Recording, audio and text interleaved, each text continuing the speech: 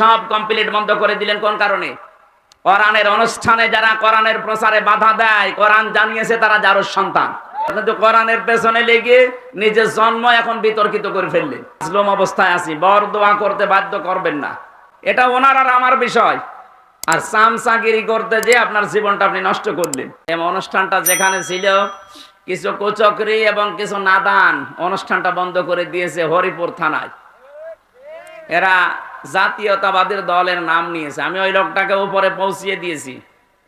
আপনি আমারে ঢুকতে দিলেন না, আমার সাথে বিয়াদবি করেননি, আপনি বিয়াদবি করেছেন কোরআনের সাথে।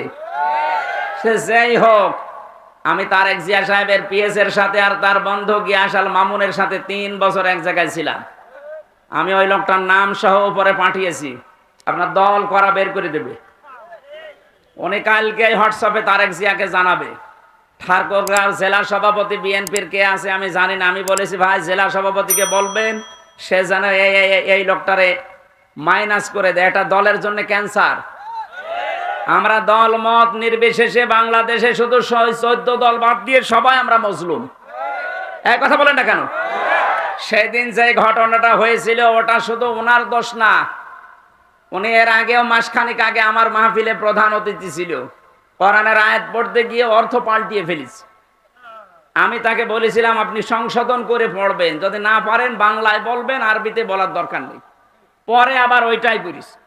আমি ওই সময় সংশোধনের জন্য, কারণ কোরআন শরীফ উল্টা পাল্টা পড়লে তার ইমান চলে যায়, কারণ অর্থ পাল্টিয়ে যায়। উনি উল্টা বুঝে আমার ওই দিন রিয়াক্ট করিস, যাই গোটা মিটে গেছে। আমি বললাম উদ্বুদ্ধ করার জন্য যে আপনি কোরআন শরীফ শুদ্ধ করে পড়েন, কাজ হবে। এটা ওনার আর আমার বিষয়। আর চামচাগিরি করতে যে আপনার জীবনটা আপনি নষ্ট করলেন। কোরআনের বিরুদ্ধে যারা ডাইরেক্ট ইনডাইরেক্ট লেগেছে, আল্লাহ একটাকেও ছাড়ে নাই। আমি তো এখন দেখতে পাচ্ছি একটাকেও আল্লাহ ছাড়ে নাই। আর আমি ছোট মানুষ, বয়স কম, ছোট হুজুর, এই কারণে ওরা কিছু মনে করে না। আরে ভাই আমি মানুষ ছোট, আমার হাত অনেক উপরে আছে, আমার আল্লাহর সাথে লাইন আছে। মুসাফির অবস্থায় আছি, মাজলুম অবস্থায় আছি, বর দোয়া করতে বাধ্য করবেন না। আপনি কোরআনের এই আলোচনাটা এতদিন ওদের সব কমপ্লিট বন্ধ করে দিলেন কোন কারণে? কোরআনের অনুষ্ঠানে যারা কোরআনের প্রচারে বাধা দেয়, কোরআন জানিয়েছে তারা জারুর সন্তান। আপনি কি আপনার জন্ম নষ্ট করে ফেললেন? আপনার বাবা হয়তো আপনাকে জন্ম দিয়েছিল, কিন্তু কোরআনের পেছনে লেগে নিজের জন্ম এখন বিতর্কিত করে ফেললেন। আমি সত্যিই কিন্তু জানিয়েছি, এই যে কোরআন আমার সামনে। আমি অপু ভাইকে বলেছি তারেক জিয়া পিএস এর সাথে, যে এইরকম একটা লোক সেদিন বক্তব্য দিয়েছে, এটা বিএনপির লোক না, এটা একটা ক্যান্সার। আমরা সবাই মজলুম ছিলাম ওই 14 দল বাদ দিয়ে। আমার ব্যক্তিগত কারণে না, কোরআনের কারণে আমি সংশোধনী দিয়েছিলাম। আপনি উল্টা দিকে নিয়ে গেলেন কোন কারণে? বলে আমারে পাগল বলা হয়েছে। আপনি পাগলই, আপনি পাগল না তো কি বলেন তো? আপনি যদি জ্ঞানী মানুষ হইতেন, আমি একজন আলেম, শুধু বাংলাদেশ না বিশ্বের বহু দেশে কোরআনের দাওয়াত নিয়ে যাচ্ছি, আপনি সম্মানার্থে ওই দিন থেকে লজ্জা করে আরো শিখে আমাকে শোনাতে পারতেন। আপনি উল্টা পাল্টা পড়েই কোরআনের অর্থ পাল্টিয়ে ফেললেন, নিজের ইমানটা নষ্ট করে ফেললেন। কি পড়ে কলিল্লাহুম্মা লিল্লাহ, কি আন্দাজে বলে? আল্লাহর কোরআন শরীফকে আপনাকে ইয়ারকি মারার জন্য দিয়েছে। আপনি পড়তে পারেন না, পড়বেন না। আপনি বাংলা শিক্ষিত মানুষ, বাংলায় বলেন, ইংরেজিতে বলেন, ওইটাই সেই। আপনি আরবিতে পড়তে গিয়ে অক্ষর উচ্চারণ করতে পারেন না। শেষে আমি বসে আছি, আল্লাহ আমারে ধরবে না, যাই ও পড়তেছে তুই ঠিক করে দিলি। আমি আমার বাঁচার জন্য করেছিলাম, আপনি উল্টা দিকে নিয়ে কোরআনের পেছনে লাগলেন যে উনি যেন আসতে না পারে। কি হবে আপনার ওখানে না গেলে? আমার আল্লাহর জমিন কি সংকীর্ণ নাকি? বলেন, এদেশ থেকে যদি কথা বলতে নাও দেয়, আজহারির মতো আজহারি এখন সারা বিশ্বে কোরআন ছড়াচ্ছে। জালেমরা মনে করেছিল ওরা দেশ থেকে দাঁড়িয়ে দিলে মনে হয় বন্ধ হয়ে যাবে। আমি কয়েকদিন আগে সিঙ্গাপুর, মালয়েশিয়া, থাইল্যান্ডে ছিলাম। বিভিন্ন দেশে এখন মানুষ তাকে নিয়ে যাচ্ছে কোরআনের কথাগুলো শোনার জন্য। এক দরজা বন্ধ হয়ে গেলে 1000 দরজা আল্লাহ খুলে দেবে। হরিপুর বাংলাদেশে একটা থানা, এরকম 630টা থানা আছে। একটা থানা বন্ধ হলে আরো 629টা থানা বাংলাদেশে বাকি আছে। আর এ দেশও যদি নষ্ট হয়ে যায়, এ দেশের পরিবর্তে এখনো 257টা দেশ আছে পৃথিবীতে। আর সব চাইতে বড় দেশ আছে বাংলাদেশ। এর চাইতে আমেরিকা 59 ডবল। এর পাচ্ছেন? এরকম বাংলাদেশ 59টা চূড়া দিলে যত বড় হয়, এক আমেরিকা একই এত বড়। ওই দেশে যদি আমি এই যে কয়েকদিন আগে ভিসা পেয়ে গেছি, প্রসেসিং চলছে, যদি চলে যায় বলেন তো, আমার যদি 100 বছর হায়াত থাকে, তো এই দেশের মতো 59টা দেশ সারা জীবন কোরআন প্রচার করলে শেষ করা যাবে? আপনি বাধা দিয়ে নিজের কপালে আগুন লাগালেন। আমি আজ কয়েকদিন পরে দেখা হবে ঢাকাতেছে, আমি সব খুলে বলবো যে এই লোকটা একটা ক্যান্সার, একে যেন দলে রাখা না হয়। এ থাকলে বিএনপির আরো বদনাম হবে। মাদ্রাসার মাহফিলে 4-5 দিনে ওনারা ওইটা বাদ দেওয়ার কারণে কি একটা অ্যাকশন নিয়েছিল। আমার মনে হয় জালেম যারা পালিয়ে গেছে তারা ওই অ্যাকশন নিত না। মনে হচ্ছে যে মস্তানি করার আর জায়গা পাচ্ছে না, আমির হামজাকে নরম পিস। আমি তো মাজলুম মানুষ, এমনিতে জীবনটা শেষ করে দিয়েছে জালেমরা, আবার আপনি যন্ত্রণা দিলেন। আমার মন থেকে কোনো কথা যেন বের করাতে বাধ্য করবেন না, তাহলে কবুল হয়ে যাবে। আল্লাহ আমাদের বাঁচান, বলে না আমিন। যারা মানুষের অধিকার নষ্ট করে, যারা রক্তের সম্পর্কগুলো ছিন্ন করে, যারা মানুষের পোশাক আশাক কেড়ে নেয়, যারা দ্বীনের পথে সত্যের সাক্ষ্য দিতে মানুষকে বাধা দেয়, এই মানুষগুলোকে আমার আল্লাহ ভয় ভয় এবং ভয় দিয়ে ঢেকে রাখে। খাদিজাতুল কুবরা রাদিয়াল্লাহু তাআলা আনহা তার স্বামীকে বলেছিলেন, স্বামী আবুল কাসেম, ভয় পাবেন না। কিসের ভয় পান আপনি? ইন্নাকা লা তাসিলুর রাহিমা, আপনি তো রক্তের সম্পর্ক ঠিক রাখেন, আপনি ভয় পান কেন?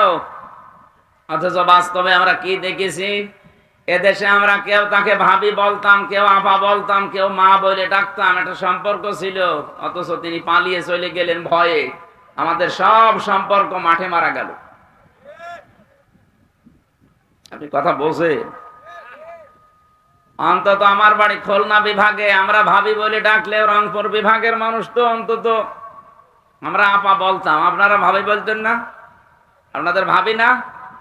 পুত্রবধূ ভাবি, এই তো কোথায় গেল সে সম্পর্ক? যাওয়ার আগে বলেও গেল না। এই সমস্ত দেবর, এই যে দেবর বসে আছে, সব দেবর এখন এতিম।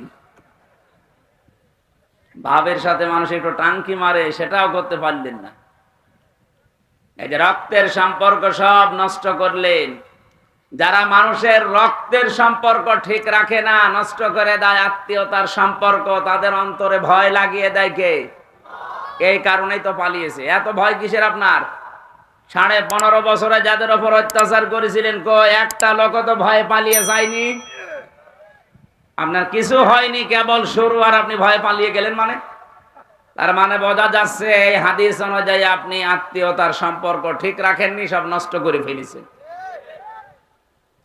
সবচাইতে বড় বিষয়, বাংলাদেশ থেকে বাইরে যারা যায় তারা রেমিটেন্স যোদ্ধা হিসাবে মাসে মাসে তারা এই দেশে টাকা পাঠায়। আপনি 3 মাস চলে গেছেন, একটা টাকাও আমরা পাইনি।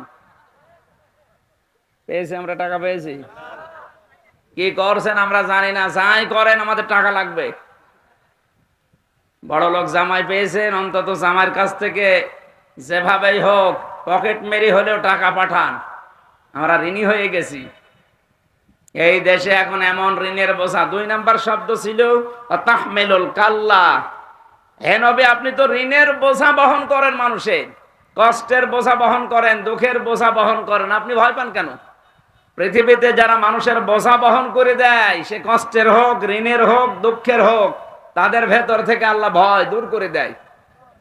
আর এমন ঋণ দিয়ে গেল, এমন কষ্টের বোঝা এ দেশের মানুষকে দিয়ে গেছে।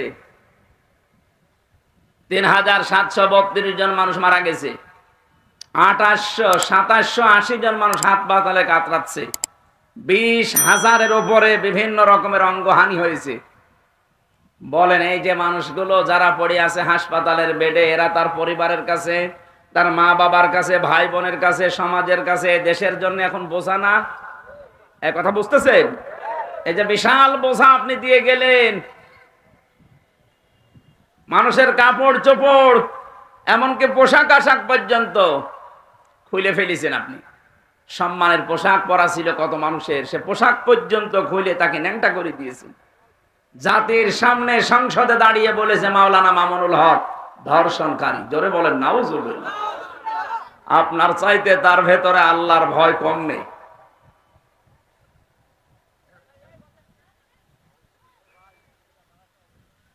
ওয়াতুইনু আলা নাওয়াইবিল হক, আপনি সাহায্য করবেন হককে প্রতিষ্ঠার জন্য, করেননি। হক আরো যেন বিদায় হয় সেই ব্যবস্থা করে ফেলেছিলেন। এই জন্যই যত রকমের ভয় আল্লাহ মানুষের উপরে চাপিয়ে দিয়েছে।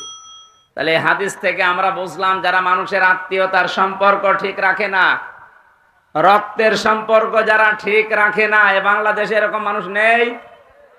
বলেন বলেন। এখানেও কত মানুষ বসে আছে যারা নামাজ পড়ে 5 ওয়াক্তের জায়গায় 6 ওয়াক্ত তাহাজ্জুদ মিলে, রোজা রাখে, হজ করে এসেছে, দান সাদগাও করে, কিন্তু আপন ভাইয়ের সাথে কথা বলে না। এরকম মানুষ যদি থাকেন হাত তোলেন তো। ও, এই এলাকা তো সব ভালো মানুষ বাস করে, আমি জানতাম না। ঠিক আছে ভাই, আমার ভুল হয়ে গেছে, আমি সরি। যদি কেউ থাকেন এরকম দুনিয়ার কোন স্বার্থ নিয়ে মারামারি করে ভাইয়ের সাথে সম্পর্ক নষ্ট করে ফেলেছেন, বোনের জমি দেওয়া লাগবে বলে বোনের সাথে কথা বলে না, কথা বলে না কেন? আপনি নামাজ পড়েন, রোজা রাখেন, যাই করেন, হজ করে আসেন, আপনার হজ বাংলাদেশে আসেনি, জেদ্দার বিমানবন্দরে পড়ে আছে। সুতরাং এগুলো যারা করছেন এক্ষুনি জীবনকে পাল্টাবেন, নয়তো যত রকমের ভয় কিন্তু আল্লাহ আপনার ভেতরে দিয়ে দেবে। রাতের বেলা টয়লেটে যাবেন, তাও ভয়ে যেতে পারবেন না। আমি একবার নাটোর থেকে বাড়ি যাচ্ছিলাম, নাটোর পুলিশ গাড়ি থামিয়ে বলছে, হুজুর গাড়ির সামনে মুফতি আমির হামজা লেখা আছে, এই জন্য গাড়ি থামালাম। কেন? ফু দিয়ে দেন। কিসের ফু? ডিউটি করছিলাম, হঠাৎ দেখলাম এই তাল গাছের ভেতরে কি যেন নড়ে উঠলো। না, এ ফু দিয়ে হবে না, আপনি হয়তো কারো অধিকার নষ্ট করছেন, আপনার দ্বারা কোনো মানুষের হক নষ্ট হচ্ছে। আপনার দ্বারা যে সম্পর্কগুলো ছিল, হয় আপনার ভাইয়ের নাই, বোনের নাই, ছেলে মেয়ের নাই, যে কোনো আত্মীয় স্বজনের সম্পর্ক হয়তো নষ্ট হয়ে গেছে। এই জন্য আল্লাহ আপনার ভেতরে ভয় তৈরি করে দিয়েছে। আমি শুধু পুলিশকে বলি না, সবাইকে বলছি, যার সাথে যার রক্তের সম্পর্ক আছে, এটা কিন্তু নফল না, এটা ফরজ। একটা রিকোয়েস্ট, আপনি যদি এই চ্যানেলে নতুন এসে থাকেন অথবা সাবস্ক্রাইব না করে থাকেন, অনুগ্রহ করে এখনই সাবস্ক্রাইব করে পাশে বেল আইকনটি বাজিয়ে অল নোটিফিকেশন সিলেক্ট করে দিন।